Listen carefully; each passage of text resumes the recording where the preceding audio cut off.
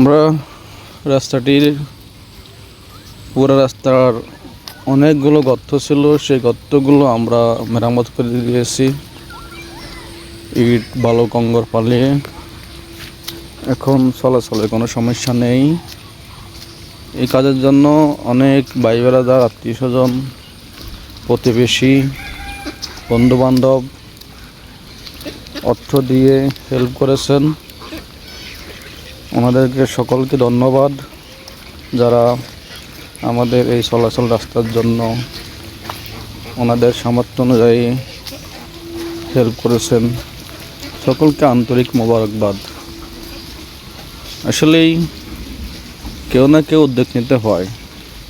রাস্তাটি অবহেলিত, এই গ্রামটিও অবহেলিত। এই গ্রামে সরকারি কোনো কার্যক্রম হয় না, আমরা ইতিপূর্বে পাই নাই।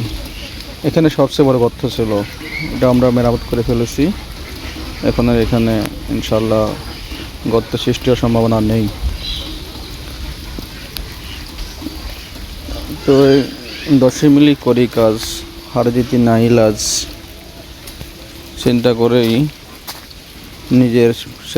আমি নিজের চেষ্টা করে মানুষের সঙ্গে যোগাযোগ করে অর্থ সংগ্রহ করে আমাদের এই রাস্তাটি আমরা মেরামত করেছি। আলহামদুলিল্লাহ, এখন আর মানুষের চলাচলে কোনো সমস্যা হচ্ছে না।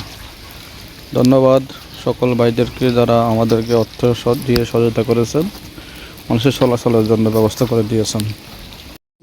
ওই যে গজারিয়া পার থেকে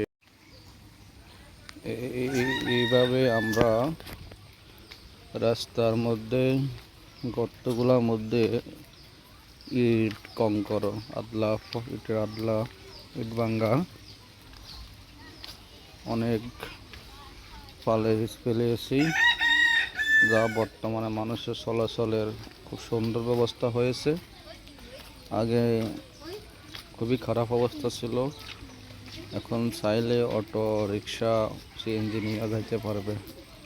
কিছুদিন আগে এখানে হাঁটার ব্যবস্থা ছিল না, পুরো রাস্তায় গর্তে পানি জমে জমে অনেক বড় গর্ত তৈরি হয়েছে, যা এখন